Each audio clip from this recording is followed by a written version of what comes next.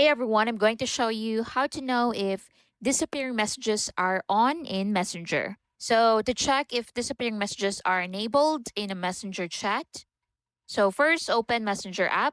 Then from here, open the conversation in Messenger. So, once you open a conversation, tap the person's name at the top.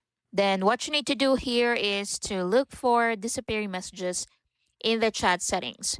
So just scroll down a bit and you should see disappearing messages. So tap on it or open it. Now, if the timer is checked and not the off option, so that means disappearing messages are turned on. If it says off, just like what you're seeing, the feature is not active. You may also notice a message near the top of the chat indicating that disappearing messages are enabled. So you can see it here. So at the bottom, so it says here, you turned on disappearing messages.